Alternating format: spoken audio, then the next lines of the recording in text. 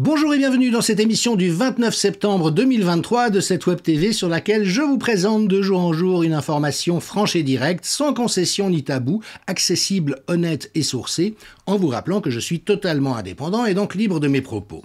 Aujourd'hui, nous allons aborder la question des stratégies appliquées par ceux qui sont en train d'organiser le coup d'État planétaire contre la résistance, en abordant aussi, c'est essentiel, la question de l'opposition contrôlée.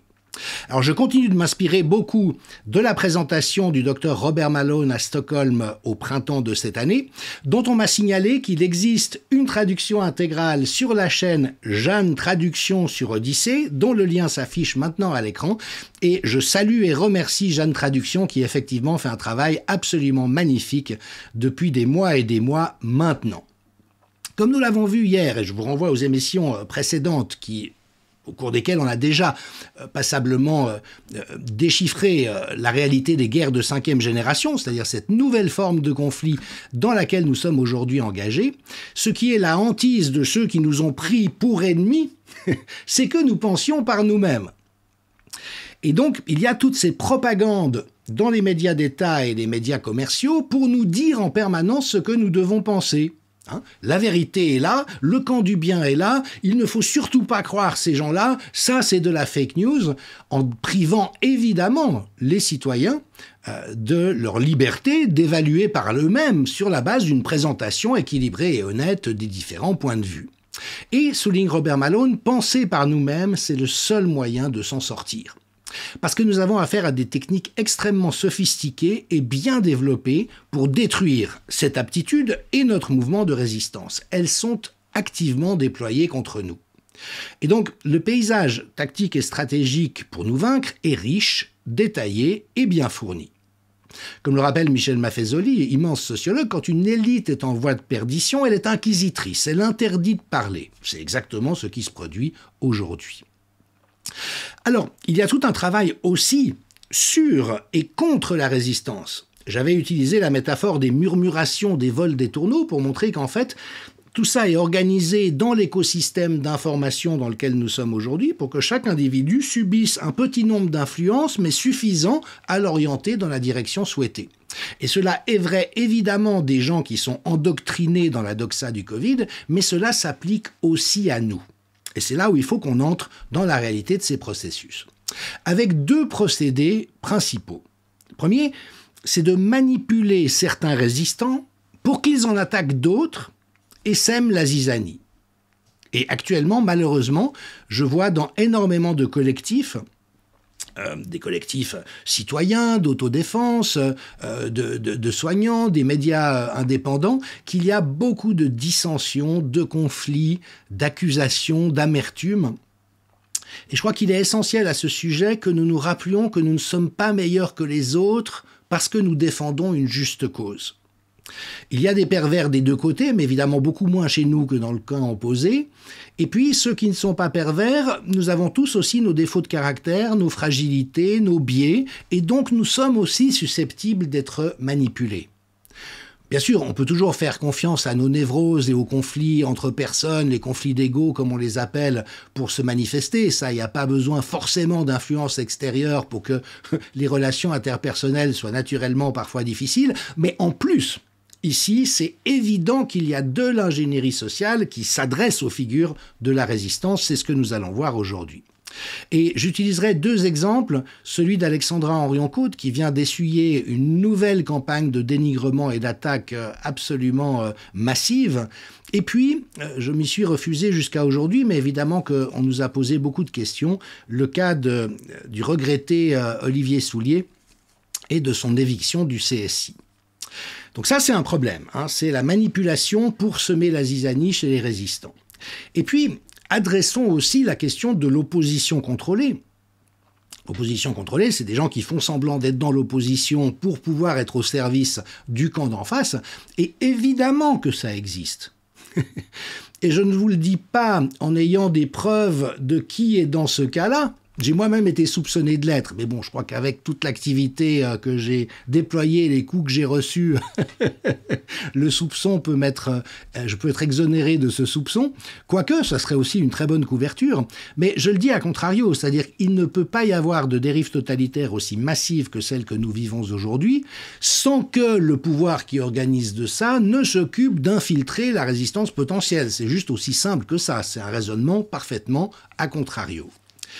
Mais Malone cite dans son exposé, c'est un témoignage d'un documentariste, un cinéaste qui a enquêté sur ce genre de réalité, qui me semble fondamental. Je vous en donne lecture.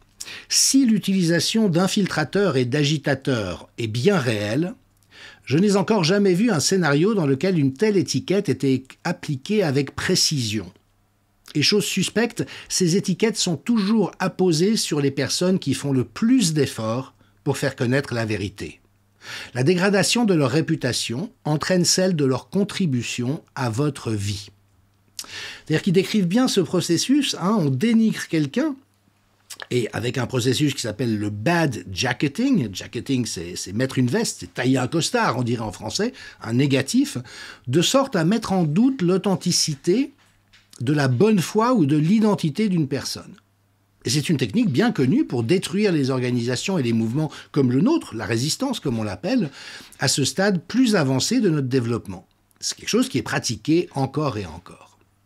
Alors j'en viens à Alexandra Henrion-Caude, qui a subi récemment encore une campagne extrêmement virulente et venant justement soi-disant de notre camp de la part de personnes qui l'ont dénoncé comme étant en fait quelqu'un d'extrêmement douteux, ayant trempé dans toutes sortes de trafics dont il faut se méfier, et d'une manière qui franchement m'a choqué et que j'ai trouvé profondément scandaleuse. Déjà parce que je ne connaissais pas Alexandra Henrion-Caude avant cette crise, évidemment. Elle a fait partie de milieux de la recherche à un haut niveau. Son mari a réussi dans l'information économique. Donc bien sûr que ce sont des milieux qui sont exposés à la vraie vie telle qu'elle existe, dans laquelle on trouve toutes sortes de choses. Faut-il rappeler que son directeur de thèse, Axel Kahn, a été incriminé dans le scandale des charniers de l'université Paris-Descartes. Donc, vous voyez, je veux dire, en ce bas monde, oui, on a affaire à toutes sortes de choses, mais connaissant aujourd'hui Alexandra, je sais que c'est une personne d'une intégrité et d'une sincérité et à partir de là, je trouve profondément blessant d'entendre les attaques qui la visent. Je rappelle aussi que ça a été probablement, de toutes les figures de la résistance, la plus expressive pour défendre les soignants suspendus et dire à quel point c'était un scandale. Elle n'a jamais lâché sur cette question, au point de donner l'entier de ses droits d'auteur de son livre, Les apprentis sorciers, qui s'est très bien vendu pour cette cause. Et donc, vraiment, il faut repérer ça. Dans la vie, il y a les gens honnêtes et il y a les gens qui ne le sont pas. Alors, je vous donne un exemple de gens qui ne sont pas honnêtes. C'est anecdotique, mais c'est un énième exemple. Aujourd'hui, pour trouver un honnête homme ou une honnête femme au gouvernement de la France, je crois qu'il faut une loupe grossissante à un tel point que, comme les tests PCR à des cycles d'amplification de 50 ou 55, là, éventuellement, vous trouverez quelque chose. Donc, je donne la parole à Aurélien Rousseau. C'est aussi la prise en charge intégrale des préservatifs pour les moins de 6 ans et le remboursement des protections menstruelles. D'accord ? Alors, il a réagi à ce lapsus, il a dit pour les moins de 6 ans, en disant... J'ai l'impression que mon accent du Midi a fait entendre à certains 6 ans au lieu de 26 ans. Fallait évidemment comprendre 26. Je prie ceux qui ont été sincèrement interloqués par ce qu'ils ont pris pour une annonce bien étrange, si tel avait été le cas, de m'en excuser. Bon, alors on va écouter une nouvelle fois au ralenti, cette fois. C'est aussi la prise en charge intégrale des préservatifs pour les moins de 6 ans et le remboursement des protections. Pour les moins de 6 ans. Alors il a fait un lapsus, ça peut arriver à tout le monde. Mais dire « on a mal compris mon accent du Midi », voilà, c'est juste que le type est pas honnête. Et donc, c'est une règle de base dans la vie. Vous avez les gens qui sont honnêtes et vous avez les gens qui sont pas honnêtes. Et je ne connais pas plus honnête qu'Alexandra Henrion-Caude.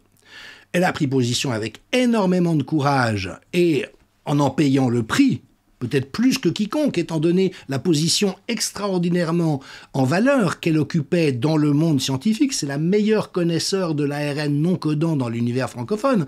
Donc voilà, c'est une sommité. Et Dieu sait si elle a essuyé des attaques et des rafales. Elle est montée au créneau en permanence pour dire « on nous a menti, il y a un mensonge ». Et en remuant ciel et terre pour faire connaître ça, tout en subissant intimidation, insultes, expressions dénigrantes. On a même utilisé sa foi contre elle, ce qui est juste détestable. N'importe quel scientifique, de quelque religion qu'il soit ou absence de religion, sait faire la différence entre ce qui relève de la foi et ce qui relève de la science. Hein. Et donc elle a dû assumer toutes ces situations de harcèlement au quotidien.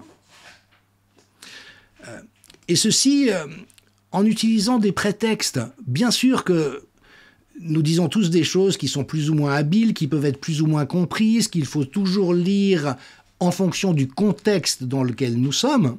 Mais sachez qu'on l'a accusé de trafic d'organes et de faire partie de l'opposition contrôlée, en exploitant par exemple des situations, je sais ce qu'il en retourne, parce que j'ai parlé avec les différents protagonistes, où invités au Parlement du Luxembourg avec Luc Montagnier, Christian Perron et d'autres, ils ont été présentés par la presse comme des complotistes qui venaient essayer d'induire en erreur les parlementaires. Ils ont fait une très très bonne prestation. Beaucoup de parlementaires s'étaient laissés convaincre.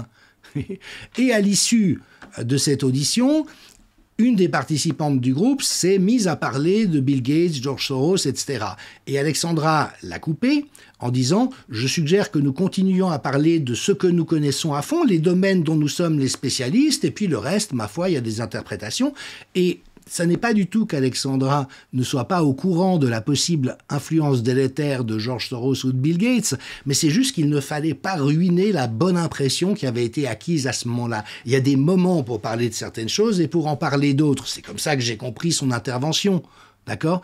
Et après, on tire ça hors de son contexte, on le montre en épingle pour jeter le soupçon quant au fait qu'elle pourrait faire partie de l'opposition contrôlée. Alors, il y a une règle de base que je m'applique à moi-même, c'est que la critique constructive, honnête, transparente est toujours bienvenue. Vous pouvez me critiquer sur n'importe lequel de mes propos, ça m'intéressera, parce que je n'ai pas la prétention d'être omniscient et que je sais que je peux me tromper à certains endroits et que j'ai toujours à en apprendre. Je me permets même de rappeler que j'ai longtemps dit au cours de cette crise, et c'est encore vrai, que je préférerais me tromper.